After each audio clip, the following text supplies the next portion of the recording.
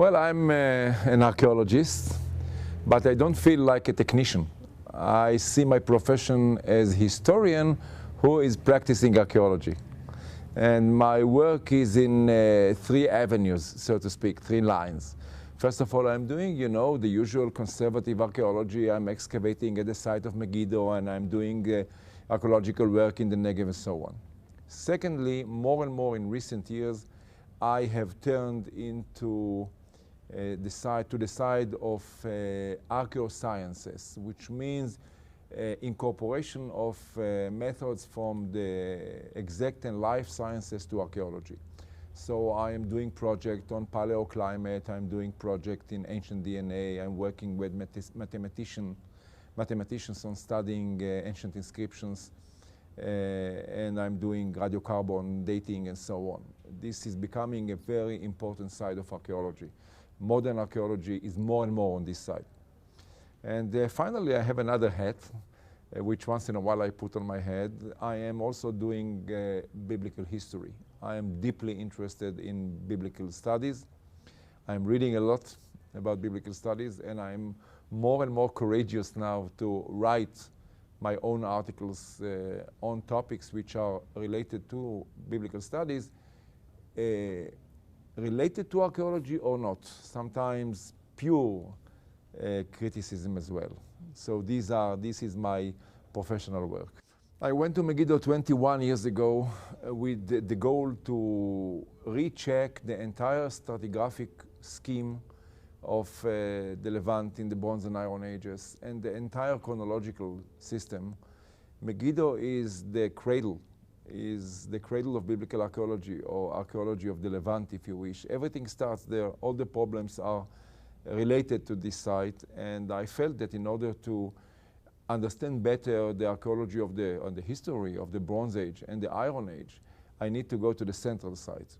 So I started there, and I have also made Megiddo into some sort of a laboratory for experimenting new methods in archaeology.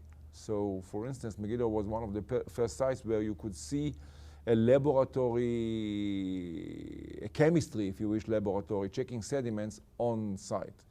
And Megiddo is the place where we practice microarchaeology, which means what you see under the microscope more than in other places. I believe, with my team at Megiddo, that archaeology has two aspects to it. There's the macro side, what you can see with the naked eye, buildings, walls, pottery, jewelry, and so on. And there is a whole world of microarchaeology that you cannot see with the naked eye. And this is very important. And without it, you cannot really reach firm conclusions about the past, because it can tell you about destructions, about materials, about all sorts of things that can be about archaeobotany and so on, about vegetation in antiquity that cannot be seen with the naked eye. And this is what we are doing and experimenting at Megiddo in the last few years. Yes, dating is important because I'm doing history. As I told you before, I'm a historian practicing archaeology. When you wish to reconstruct history, the most important thing, with archaeology, the most important thing is to know where you are or when you are, to know about dating. It's all about dating, which means historical reconstruction can change dramatically with the change of 60, 50, 40 years in the dating of a monument. So we need to know where we are.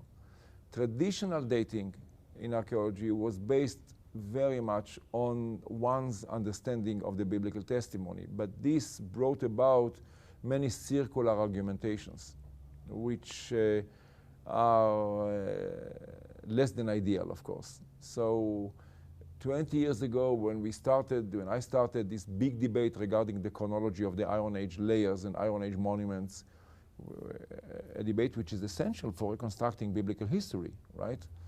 So we started with archaeology, with traditional archaeology. But about 15 years ago, we turned slowly to radiocarbon studies.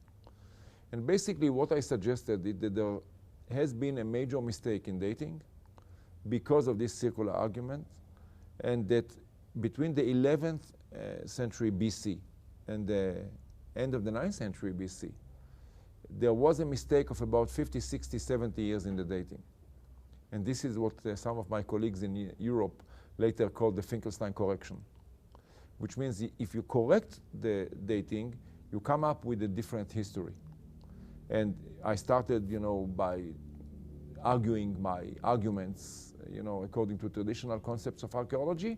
And then 15 years ago or so, I turned to radiocarbon, and radiocarbon studies, as far as I understand, fully support my view.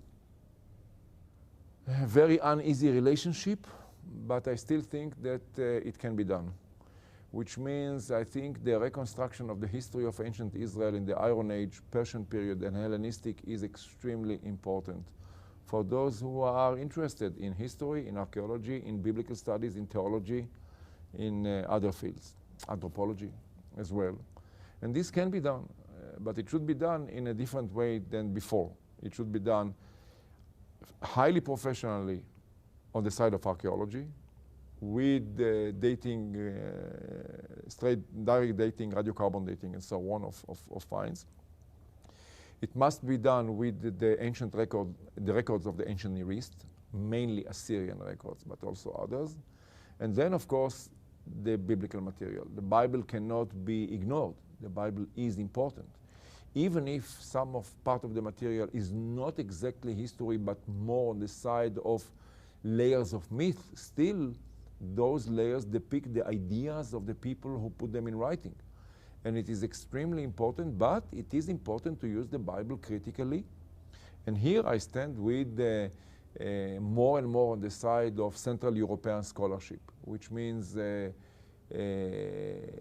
German, Swiss, mainly scholarship, which is the core of European scholarship in biblical studies, and I find myself standing with them and studying.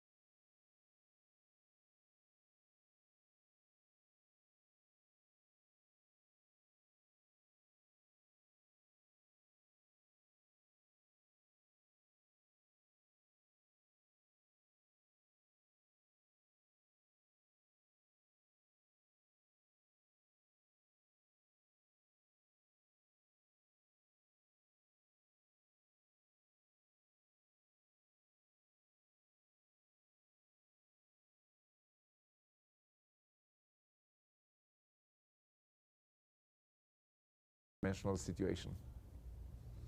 I strongly think that there must be a distinction between faith and archaeology. Faith is about a person's understanding of life, about a person's understanding of his being, his existence, vis-a-vis the world, vis-a-vis family, vis-a-vis values, and so on, vis-a-vis God, if one is a believer, while archaeology is an academic discipline. So there must be a complete distinction. I sincerely believe that a believer can be a good archaeologist and a non-believer can be a bad archaeologist. I mean, there must be an iron curtain between the two. I get many emails from all over the world. People read my books. Some of my books are also popular books that go to the public. People read and people then write to me. I try to answer always. And I get all sorts of messages, some of them more friendly and some of them less. I'm not getting out of my way, both on the side of the happy messages and also I'm not getting too annoyed when I get a less than friendly message. However, I am horrified when I get messages once in a while telling me that I read your book or I read a book by somebody else about biblical history, and because of what you're writing, I feel that I lose my faith. Then I become really depressed from this. It is shocking for me. And I always answer at length, and I explain at length why there must be a distinction. And there is no connection. One can understand critical approach to archaeology and critical approach to biblical studies and to the history of ancient Israel, and at the same time not lose his or her faith. There is no connection between the two, and God forbid if because of me somebody changes his or her way of life. Great pleasure. I like very much coming here. It's not my first time here. I was here before. I always love to be in Brazil and meet Brazilian people, and I hope to come again.